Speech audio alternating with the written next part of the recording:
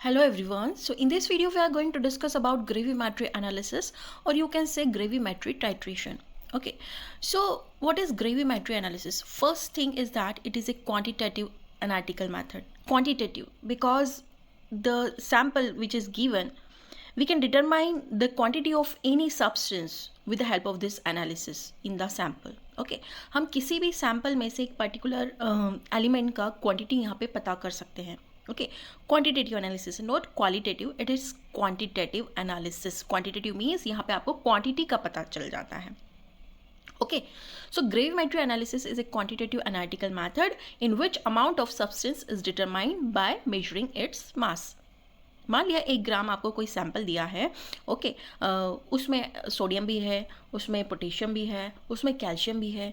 तो आपको मान लिया आपको कैल्शियम का अमाउंट पता करना है कि 1 ग्राम उस सैंपल में कितना अमाउंट ऑफ कैल्शियम प्रेजेंट है. तो आप उसका क्या करेंगे, आप उसको ऐसी रिएक्टेंट के साथ रिएक्ट करवाएंगे जिससे वो अपने प्रेसिपिटेट बना ले, जैसे CaSO4 कैल्शियम सल्फेट. आपको एक सॉलिड मास मिलेगा. आप उस मास को मेजर करके, okay, with the help of the calculation and formula you can determine the mass of calcium in that sample. Okay, so in this method sample is converted into pure stable insoluble precipitate. इस method में क्या करते हैं, जो भी sample है analyte को हम क्या बोलते हैं, सैंपल. ओके, जिसका एग्जामिनेशन हमें करना होता है वो हम कहते हैं उसको एनालाइट. ओके, सो जो सैंपल है उसको कन्वर्ट किया जाता है pure stable insoluble precipitate. Pure होना चाहिए आपके प्रेसिपिटेट, स्टेबल होना चाहिए, मतलब ऐसे कि आप उन्हें फिल्टर आउट कर सकें. ओके, और आपको एक सॉलिड मास मिल सके. ऐसा नहीं कि वो प्रेसिपिटेट जो है वो मदर लिक्वर में ही कुछ देर के बाद डिज़ोल्व हो गए हैं. ओके, इनसॉल्युबल होना चाहिए. ओके, सॉल्युबल हो जाएंगे तो हमको कैसे प्रेसिपिटेट मिलेंगे. ओके, तो प्योर होना चाहिए, स्टेबल होना चाहिए, इंसॉल्युबल होना चाहिए, विच इज़ फिल्टर्ड, जिनको हम क्या कर लेते हैं, फिल्टर कर लेते हैं, वॉश कर लेते हैं, ड्राई कर लेते हैं और इग्नाइट कर लेते हैं एंड देन वे करते हैं. Okay, it is one of the oldest and most accurate method. ये बहुत ही पुरानी और एक्यूरेट मैथड है for chemical analysis. Okay, and it is widely used in pharmaceutical and analytical chemistry. बहुत ज़्यादा इसका यूज़ किया जाता है फार्मास्यूटिकल और एनालिटिकल केमिस्ट्री में. अब हम प्रिंसिपल की बात करें ग्रेविमेट्री एनालिसिस की. So gravimetry analysis based on the fact that, किस फैक्ट के ऊपर डिपेंड करता है ग्रेविमेट्री एनालिसिस का principle, the amount of analyte present in sample is directly proportional to the mass of precipitate form. जो भी analyte में जो अमाउंट प्रेजेंट है आपके, जो भी सैंपल है उसमें जितना एनालाइट प्रेजेंट है, मान लिया कैल्शियम जितना प्रेजेंट है वो डायरेक्टली प्रोपोर्शनल है टू इट्स मास, क्योंकि जितना कैल्शियम प्रेजेंट होगा उतना ही प्रेसिपिटेट बनेगा उसका. Okay, so amount of analyte present in the sample is directly proportional to the mass of precipitate form. Okay, so the analyte react with suitable reagent. आप analyte को क्या कर रहे हैं, आप सैंपल को एक सुटेबल रिएजेंट के साथ क्या कर रहे हैं, रिएक्ट करवा रहे हैं. ओके, देन फॉर एग्जाम्पल आप ले लीजिए मिल्क में आप जब लेमन को स्क्वीज करते हैं तो क्या हो जाता है, वो फट जाता है, उसका पनीर बन जाता है. तो उसमें जितना कैल्शियम होगा उतना ही तो सॉलिड मास बनेगा ना. ओके, सो हाँ, ये हमने एग्जांपल लिया है. So analyte react with the suitable reagent. यहाँ पे हम एनालाइट समझ लेते हैं, हमारा एनालाइट जो है दूध में प्रेजेंट कैल्शियम है. ओके, और हम जो रिएजेंट डाल रहे हैं वो लेमन है. Okay, so an insoluble precipitate of non chemical composition is form. Okay, आपको पता है आप जब लेमन स्क्वीज करेंगे और जब दूध के साथ वो रिएक्ट होगा तो क्या बनेगा. ओके, तो उसके इंसॉल्युबल प्रेसिपिटेट बन जाएंगे. और आपको ये भी पता है कि जब आपका जो प्रेसिपिटेट बन रहे हैं वो उनका केमिकल नेचर क्या होगा, उसका केमिकल कंपोजिशन क्या होगा. Okay, then from the weight of the precipitate the amount of analyte is calculated. जो भी प्रेसिपिटेट आपको मिलेगा, सॉलिड मास आपको मिलेगा, उससे आप अमाउंट ऑफ दैट एनालाइट हम कैलकुलेट कर सकते हैं, मतलब कैल्शियम की क्वांटिटी हम पता कर सकते हैं with the help of precipitate. For example sulphate ion are estimated by converting them into barium sulphate precipitate. Okay, मान लिया आपके पास एक सैंपल है, ऐसा मान लेते हैं कि हमारे पास K2SO4 है. ओके, K2SO4 है, पोटेशियम सल्फेट है. ओके, तो अब हम उसमें क्या कर दें, हम बेरियम क्लोराइड डाल दें जिसके अंदर बेरियम है, क्योंकि सल्फेट बेरियम के साथ मिक्स होके BSO4 के प्रेसिपिटेट बनाता है. ओके, तो हम K2SO4 में सल्फेट कितना प्रेजेंट है वो डिटरमाइन कर सकते हैं, क्योंकि जितना बैरियम रिएक्ट होगा सल्फेट से उतना ही तो सल्फेट प्रेजेंट होगा ना उस सैंपल में. Okay, so now come to the steps involve in gravimetry analysis. First step, preparation of sample solution. आप क्या कर लीजिए, सैंपल सॉल्यूशन को प्रिपेयर कर लीजिए. जो भी सैंपल है 1 ग्राम 2 ग्राम, आप उसको एक्यूरेटली वे करिए और डिस्टिल वाटर में या सुटेबल सॉल्वेंट में आप उसको डिसॉल्व कर दीजिए. अगर कोई इम्प्योरिटी है तो उसको फिल्टर आउट करके रिमूव कर दीजिए. अब क्या करेंगे, जब आपको सैंपल सॉल्यूशन मिल गया तो अब आप उसका प्रेसिपिटेशन करेंगे. अब जिस बीकर में आपने सॉल्यूशन बनाया है उसमें आप with the help of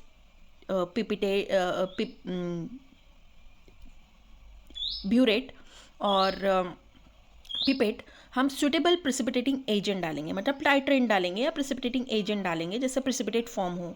okay, slowly हम ऐड करेंगे, साथ में कांस्टेंट स्टरिंग करेंगे. Okay, so precipitate should be complete and selective. क्या होगा, एग्जाम्पल हमने अभी BaCl2 का एग्जाम्पल देखा और K2SO4. मान लिया ये K2SO4 हमारा सैंपल है, उसमें हम बैरियम क्लोराइड का सॉल्यूशन डाल रहे हैं, प्रेसिपिटेटिंग एजेंट डाल रहे हैं. तो क्या बन रहा है यहाँ पे, BaSO4 के प्रेसिपिटेट बन रहे हैं. ओके, एंड पोटेशियम क्लोराइड बाहर निकल जाएगा.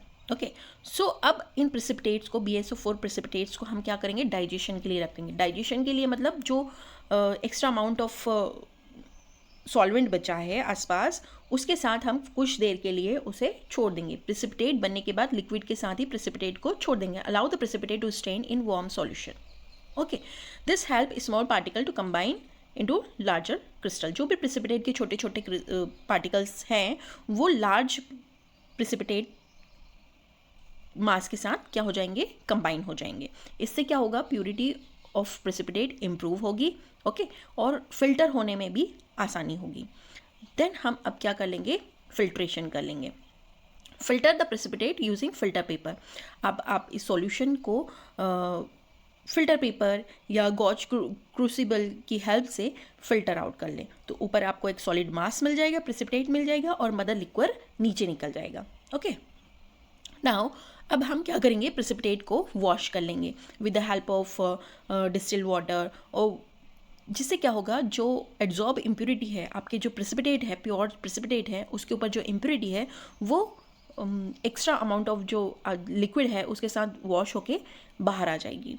ओके, और इससे आपको प्योर प्रेसिपिटेट मिलेंगे, जिससे भी अनरिएक्टेड जो भी रिएजेंट बचा होगा वो वॉशिंग के साथ निकल जाएगा. अब क्या कर लीजिए, आप उन प्रेसिपिटेट को ड्राई कर लीजिए. Okay, dry the precipitate in A oven या फिर आप इग्नाइट कर लीजिए in the crucible.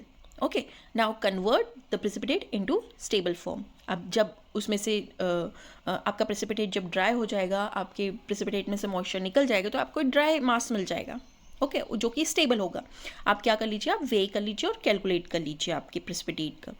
Okay, cool the precipitate in A desiccator. आप डेसिकेटर के अंदर अपने प्रेसिपिटेट को कूल कर लीजिए, वे कर लीजिए एक्यूरेटली और कैलकुलेट कर लीजिए एनालाइट का amount. Okay, so now come to the purity of precipitate.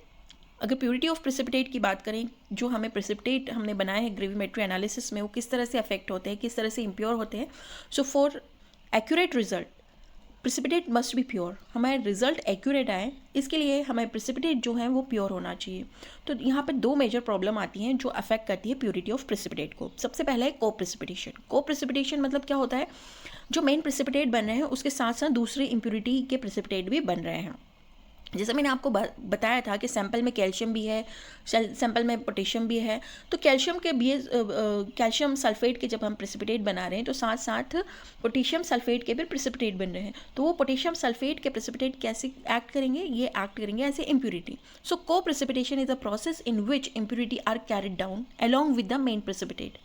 Coprecipitation क्या है, वो प्रोसेस है जिसमें इम्प्योरिटी जो है वो साथ साथ मेन प्रेसिपिटेट के साथ उसका प्रेसिपिटेशन होता है.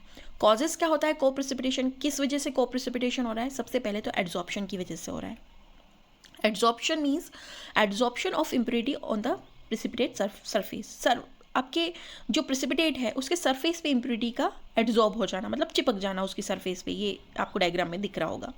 सेकंड कॉज है ऑक्लूजन. ऑक्लूजन मतलब क्या होता है, इम्प्योरिटी जो होती है वो ट्रैप हो जाती है इनसाइड द क्रिस्टल. जो आपका कह सकते हैं जो आपकी प्रेसिपिटेट है उसका क्रिस्टल है उसके अंदर इम्प्योरिटी क्या हो गई है, ट्रैप हो गई है। ये आपको ब्लू और पिंक कलर की जो डॉट दिख रहे होंगे वो मेन क्रिस्टल के अंदर एज ए इम्प्योरिटी की तरह ट्रैप हो चुके हैं। ओके, देन हम बात करते हैं इंक्लूजन की। तीसरा कॉज होता है इंक्लूजन। इंक्लूजन मतलब foreign ion replace the ion in the crystal lattice. जो आपका मेन क्रिस्टल था, ओके, मेन क्रिस्टल था, मान लिया सोडियम एंड क्लोराइड के आयंस हैं आपके क्रिस्टल में, तो क्लोराइड को किसी और ने यहाँ पे आके रिप्लेस कर दिया। मान लिया सोडियम क्लोराइड की जगह सल्फेट आ गया। ये ग्रीन कलर की डॉट आप देख लीजिए, आप इसको मान लीजिए सल्फेट आयंस आ गए। तो क्लोराइड के आयंस को रिप्लेस करके यहाँ पे सल्फेट का आयन आ गया है। ओके, तो इस तरह से को प्रेसिपिटेशन की वजह से इम्प्योरिटी आ सकती है आपके प्रेसिपिटेट्स में। Okay, for example during BSO4 precipitation, BSO4 का जब हम प्रेसिपिटेशन कर रहे हैं तो इम्प्योरिटी लाइक सोडियम क्लोराइड में get adsorb on the surface. Okay, barium sulphate के प्रेसिपिटेट के ऊपर सोडियम और क्लोराइड की इम्प्योरिटी एड्सॉर्ब हो सकती है। ओके, प्रिवेंशन क्या है? प्रिवेंशन ये है, इसको रोकने का जो तरीका है वो ये है कि आप slow addition of precipitating agent या रिएजेंट करिए। ओके, आप जो प्रेसिपिटेटिंग एजेंट डाल रहे हैं वो स्लोली डालिए। ओके, आप यूज़ करिए कैसे सॉल्यूशन, डाइल्यूट सॉल्यूशन, ज़्यादा कॉन्सेंट्रेटेड सॉल्यूशन यूज़ ना करें, डाइल्यूट सॉल्यूशंस का यूज़ करें। देन डाइजेशन ऑफ प्रेसिपिटेट, आप प्रॉपर टाइम दीजिए प्रेसिपिटेट को for the digestion. Okay, mother liquor के साथ कुछ देर के लिए वहाँ पे छोड़ दीजिए, 5-10 मिनट के लिए। Okay, then wash the precipitate properly, आप प्रेसिपिटेट को प्रॉपरली वॉश कीजिए। अब बात करते हैं पोस्ट प्रेसिपिटेशन की। तो इम्प्योरिटी दो तरह से आ रही थी, को प्रेसिपिटेशन और पोस्ट प्रेसिपिटेशन। को मतलब साथ साथ में इम्प्योरिटी बन रही थी, और पोस्ट प्रेसिपिटेशन मतलब जब प्रेसिपिटेशन हो चुका है, जब प्रेसिपिटेट बन चुके हैं उसके बाद इम्प्योरिटी का इनकॉर्पोरेट होना। Okay, so post precipitation occur when another precipitate form after the main precipitate formation. जब आपका मेन प्रेसिपिटेट जो बना था, मान लीजिए अभी हमने एग्जांपल BSO4 का देखा था। BSO4 के जब प्रेसिपिटेट बन गए थे, ओके, जब मेन प्रेसिपिटेट बन चुके थे तो कुछ देर बाद अनदर प्रेसिपिटेट का फॉर्मेशन भी हो रहा है। Okay, another precipitate form after the main precipitate formation. For example BSO4 का प्रेसिपिटेशन जब हो जाता है तो हो सकता है कि कैल्शियम सल्फेट उस सॉल्यूशन में, सैम्पल सॉल्यूशन में कैल्शियम भी पड़ा होगा एज ए इम्प्योरिटी, तो कैल्शियम सल्फेट के भी प्रेसिपिटेट स्लोली फॉर्म होना शुरू हो जाएंगे if calcium is present in the sample. अगर सैम्पल में कैल्शियम भी प्रेजेंट है तो कैल्शियम सल्फेट के भी प्रेसिपिटेट बनेंगे। Okay, effect of post precipitation, क्या इफेक्ट पड़ रहा है पोस्ट प्रेसिपिटेशन की वजह से? तो इससे प्योरिटी ऑफ प्रेसिपिटेट क्या हो रही है, डिक्रीज हो रही है, और इसमें क्या हो रही है, इस वजह से आपके एनालिसिस में एरर कॉज हो रहा है। आप किस तरह प्रिवेंशन कर सकते हैं यहाँ पर? तो आप प्रेसिपिटेट को फिल्टर करें, इमीडिएटली फिल्टर कर दें, ज़्यादा समय के लिए ना छोड़े डाइजेशन के लिए। ऐसा नहीं है कि आप छोड़ के और अपना काम करने चले गए, आराम से 1-2 घंटे बाद आ रहे हैं, ठीक है, तो आप प्रॉपर टाइम के बाद इमीडिएटली उन्हें फिल्टर आउट कर लें। Then concentration of interfering ion को आप कंट्रोल करें, कोशिश करें कि आप प्योर रिएक्टिंग एजेंट्स यूज़ करें। Okay, proper choice of reagent, आप जो भी रिएजेंट यूज़ कर रहे हैं उसका प्रॉपर चॉइस करें। Okay, now come to the advantage of gravimetry analysis. Advantage क्या है? यहाँ से हमें हाई एक्यूरेसी मिलती है और हाई रिजल्ट मिलते हैं, प्रिसाइज रिजल्ट मिलते हैं। यहाँ पे कोई फैंसी एपरेटिस आपको नहीं चाहिए होता है, simple apparatus are required, no need for standard solution. यहाँ पे कोई स्टैंडर्ड सॉल्यूशन का हमें ज़रूरत नहीं होता है कि हमें पहले इस प्रेसिपिटेटिंग एजेंट का स्टैंडर्डाइजेशन करना है, एग्जैक्ट नॉर्मलिटी निकालनी है, नहीं, ऐसा नहीं है। ओके, लिमिटेशन क्या है? ये टाइम कंज्यूमिंग मेथड है। ओके, एंड यहाँ पे केयरफुल हैंडलिंग रिक्वायर्ड होती है, not suitable for small quantity of sample. यहाँ पे अगर स्मॉल क्वांटिटी में सैम्पल होगा तो एनालिसिस थोड़ा डिफिकल्ट हो जाता है। Now come to the estimation of barium sulphate. Gravimetry analysis में हम बेरियम सल्फेट का एस्टिमेशन कर सकते हैं। ओके, बेरियम सल्फेट जो होता है वाइट कलर का पाउडर होता है। ओके, तो एम क्या है हमारा एस्टिमेशन का? To estimate sulphate ion by gravimetry analysis using barium chloride. यहाँ पे हम प्रेसिपिटेटिंग एजेंट बेरियम क्लोराइड का यूज़ करेंगे और सल्फेट आयन का एस्टिमेशन करेंगे। प्रिंसिपल क्या होगा यहाँ पे? सल्फेट आयन जो है, मान लिया आपके सैंपल में सल्फेट है, मान लिया H2SO4, तो सल्फेट आयन जो H2SO4 के हैं वो रिएक्ट करेंगे बेरियम क्लोराइड के साथ, किसमें? एसिडिक मीडियम में, to form insoluble barium sulfate which is then weighed, हम वे कर लेंगे, उन्हें प्रेसिपिटेट बनाएंगे, फिल्टर करेंगे, वही पूरी स्टेप्स हम ग्रेविमेट्री की फॉलो करेंगे। ओके, नाउ रिएक्शन अगर हम देखें तो हमारे पास कोई सैंपल है जिसमें SO4 है, तो अब हम उसमें प्रिसिपिटेटिंग एजेंट कौन सा डाल रहे हैं, बेरियम क्लोराइड का। ओके, तो बेरियम सल्फेट के आपको प्रिसिपिटेट मिल जाएंगे। प्रोसीजर देखते हैं, तो हमें वे करना है, हमारा सैंपल एक्यूरेटली वे करना है, 1 ग्राम दिया है या 10 ग्राम दिया है, जो भी है प्रोसीजर में उसको फॉलो करते हुए इतना सैंपल लेना है। अब उसको डिजोल्व कर देना है काय में, डिस्टिल वाटर में, और उसको एसिडिफाई कर दो विद डाइल्यूट HCl से। उसे डिस्टिल वाटर के साथ सैंपल में थोड़ा सा डाइल्यूट एसिड डाल दीजिए आप। अब उस सॉल्यूशन को क्या करना है, heat the solution and add barium chloride solution slowly. अब उसमें क्या डाल दीजिए आप, स्लोली बेरियम क्लोराइड का सॉल्यूशन डाल दीजिए। अब क्या करना है, allow the precipitate to digest in water bath. अब आप प्रेसिपिटेट को कुछ देर के लिए डाइजेशन के लिए छोड़ दीजिए वाटर बाथ में। अब आप बेरियम सल्फेट के प्रेसिपिटेट को फिल्टर आउट कर लीजिए, उन्हें वॉश कर लीजिए हॉट वाटर से, ड्राई कर लीजिए और इग्नाइट कर लीजिए, कूल कर लीजिए डेसिकेटर में एंड वे कर लीजिए। This is the diagrammatic representation, जिसमें क्या था, आपका सैंपल था H2SO4 सैंपल, उसमें आप प्रेसिपिटेटिंग एजेंट BaCl2 डाल रहे हैं। ओके, तो जब ये दोनों रिएक्ट करेंगे तो आपको क्या मिलेगा, BaSO4 के प्रेसिपिटेट मिलेंगे। ओके, जो कि वाइट प्रेसिपिटेट होंगे। ओके, अब आप फॉर्मूला यूज़ करके कैलकुलेशन कर लीजिए।